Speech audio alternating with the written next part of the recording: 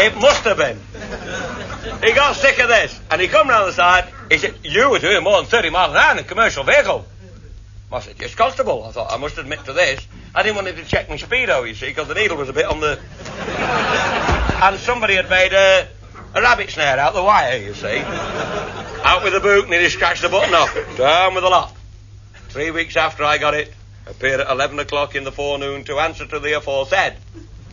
And as I was going in, there were 1 or 2 of the bobbies coming out. Somebody said, "Are you in court this morning?" I said, "Aye." I said, "Christ, we're coming to listen to this." And they all went back.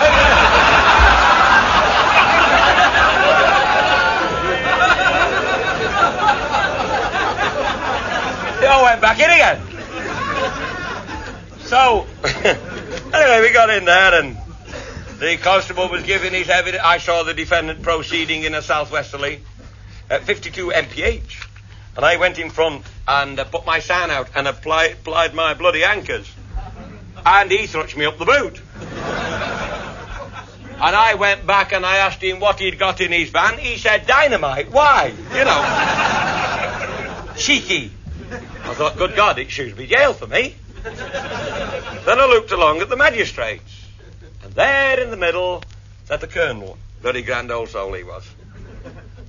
And he looked around and he looked down at me, sort of thing. He said, "Oh, Mr. Bates, let me see. You're that young man," because I was a young man then. "You're that young man that goes about blowing things up, aren't you?" I said, "Yes, sir." Well, he knew bloody well I was. Because that afternoon I'd got 7 3-2s to blow up for him. And 2 of them were only 20 yards from the house.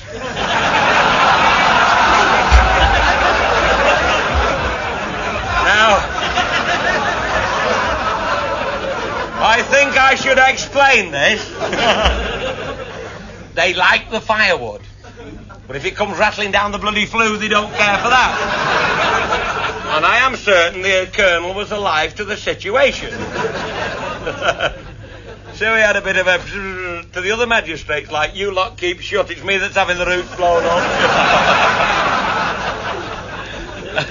"I'll deal with this one." So he leans over and he says, £2, be careful. I thought, you livery show swine.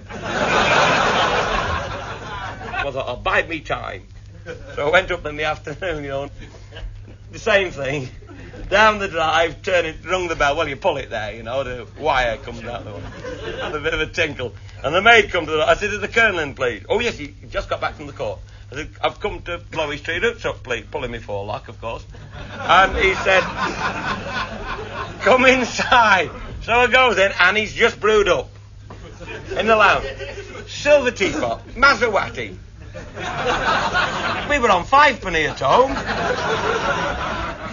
"Sit you down," he said. "Have a cup of tea." He said, "How do you think we treated you in court this morning?" I said, "Well, Colonel," I said, "that £2 knocked me a bit. Me and my missus never get to see sin around me."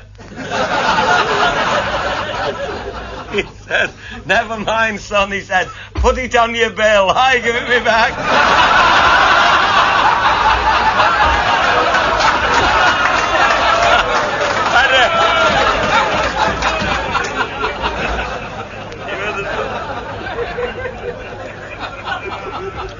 All the best is gone.